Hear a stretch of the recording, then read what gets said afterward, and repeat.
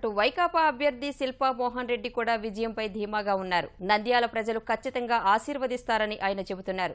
నియోజకవర్గంలో విస్తృతంగా ఇంటింటి ప్రచారం చేపట్టారు.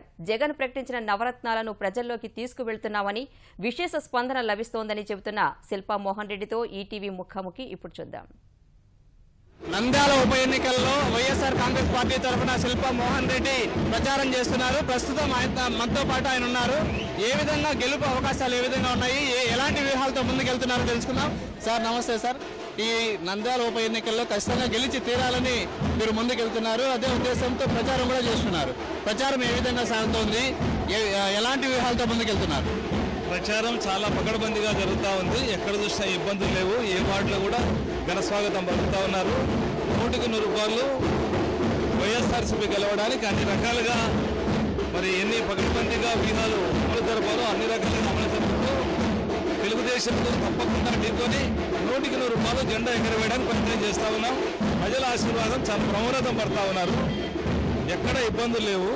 అదేవిధంగా ప్రతి వార్డు పర్యటిస్తున్నాము, ప్రతి విలేజ్ పర్యటిస్తున్నాము, సందులు కూడా తిరుగుతున్నాము. ఎక్కడ ఇబ్బందులు మాత్రం 1% కూడా కనపడడం లేదు. ఈ ఎన్నికల నోటిఫికేషన్ వచ్చింది, నామినేషన్ కూడా వేయబోతున్నారు. ఈ ఎన్నికల నోటిఫికేషన్ వచ్చిన తర్వాత ప్రచారం బాగా ముమ్మరం చేశారు. ఇది ప్రత్యేక వ్యూహాలు ఏమన్నా ఉన్నాయా మీద? ప్రచారం ఉధృతంగా కావడానికి ఎన్నికలు నోటిఫికేషన్ రాలేదు కాబట్టి స్లో జరుగుతూ ఉంది. ఎన్నికల నోటిఫికేషన్ వచ్చిన తర్వాత స్పీడ్గా చేస్తున్నాం. జగన్మోహన్ రెడ్డి గారి పర్యటనకు సంబంధించి ఎట్లాంటి 3వ తారీఖు జగన్మోహన్ రెడ్డి గారు ఆల్రెడీ 3వ తారీఖు మీటింగ్ ఉందా ఉంది ఇక్కడ నంద్యాలలో.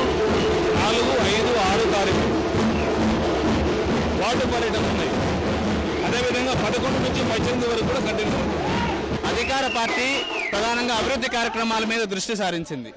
మీరు దీన్ని ఎట్లా 3.5 సంవత్సరం తెలుగుదేశంలో ఉన్నాము. ఆ రోజు గుర్తుకురాని అభివృద్ధి ఈ రోజు గుర్తుకొస్తా ఉంది. అంటే ఎన్నికలు ఉన్నాయి కాబట్టి గుర్తుకొస్తా ఉంది. మరి మేము కూడా 3.5 సంవత్సరం పదే ఎన్ని విజ్ఞాపన పత్రం ఎన్నో విన్నతులు ఇచ్చినా మాకు తెలుసు. సీఎం గారు ఆఫీస్కి ఎన్ని ఇచ్చామో, సీఎం గారు వచ్చినప్పుడు కూడా ఎన్ని ఇచ్చామో వాళ్ళకి తెలుసు. కానీ ఒకటి కూడా స్పందించలేదు. ఆ రోజు రోడ్డు వైడనింగ్ గురించి అడిగాము, ఏమాత్రమూ స్పందన లేదు. అదేవిధంగా అదే దీపగుంట్లకు వచ్చినప్పుడు మీరు ఎంత డబ్బు పెడతారో చెప్పండి, మేము ఇవ్వగలుగుతాం తప్ప పూర్తిగా మా దగ్గర డబ్బు లేదని కూడా చెప్పారు ముఖ్యమంత్రి గారు. ఈ రోజేమో మొత్తం నేనే చేస్తానంటున్నాడు. ఒక సాయిబాబా నగర్ నుంచి గాంధీ చౌక్ వైడనింగ్ చేస్తేనే పూర్తి కాదు. వాళ్ళ సమస్యలు కూడా అర్థం చేసుకోవాలి. వాళ్ళకి కావాల్సిన కాంపెన్సేషన్ ఇవ్వాలి. వాళ్ళకి కావాల్సినటువంటి ఈ బెనిఫిట్స్ ఏదైతే గవర్నమెంట్ నుంచి రావాలో వాళ్ళకి ఇస్తూ వాళ్ళని నచ్చజెప్పి వైడనింగ్ చేసుకుంటా పోమనేది మా అభిప్రాయం. ఆ రోజు 3 కోట్ల రూపాయలు మున్సిపాలిటీ నుంచి కూడా 3 కోట్లు ఇప్పించడం జరిగింది. వైడనింగ్లో భాగంగా వెనక్కు జరుపుతూ కూడా గవర్నమెంట్ ఆఫీసు వెనక్కు జరపడం కూడా జరిగింది. ఇలాంటి కార్యక్రమాలు అప్పుడే చేసినంటే 3.5 సంవత్సరం నుంచి ఈ పరిస్థితి రాదు. ఎలక్షన్స్ ఉన్నాయి కాబట్టి వాళ్ళ హడావుడిగా మరి ఏదో చేయాలా అని చెప్పి చేస్తున్నారు తప్ప ఇది ఎలాంటి అభివృద్ధి నోచుకునే అవకాశం లేదు. ఎలాంటి అభివృద్ధి వచ్చినా జీవోలు ఏదైతే ఇచ్చినారో అది వెనక్కిపోయే ప్రసక్తి రాదు. ఎమ్మెల్యే ఎవరు గెలిచినా తప్పకుండా డెవలప్ చేయడానికి అన్ని విధాలుగా సహాయపడతాం. మీరు చాలా కాలంగా ఈ సేవా కార్యక్రమాలు చేస్తున్నారు. ఈ సేవా కార్యక్రమాలు శిల్పా సహకారం కావచ్చు, ఇట్లాంటివన్నీ చేస్తున్నారు. ఇవి ఏ విధంగా మీకు ఉపయోగపడతాయి అనుకుంటున్నారు? నాకు ఓడినా గెలిచినా నేను చాలా పేద రైతు కుటుంబం నుంచి వచ్చిన వాడిని, సామాన్య రైతు కుటుంబం నుంచి వచ్చిన వాడిని కాబట్టి ఇబ్బందులన్నీ తెలుసు. నాకు 100కు 100 సేవా సమితి కార్యక్రమాలన్నీ కూడా నాకు తప్పకుండా ఎలక్షన్స్లో కూడా ఉపయోగపడతాయని నమ్ముతున్నా. ప్రజల ఆశీర్వాదం అయితే నాకు ఉంటుంది. ధన్యవాదాలు సార్. ఇది మోహన్ రెడ్డి గారు చెప్తుంది. ఖచ్చితంగా ఉప ఎన్నికల్లో గెలిచి తీరుతామని ఆయన చెప్తున్నారు. కెమెరామెన్ శేషుతో శ్యామ్, ఈటీవీ న్యూస్, నంద్యాల, కర్నూలు జిల్లా.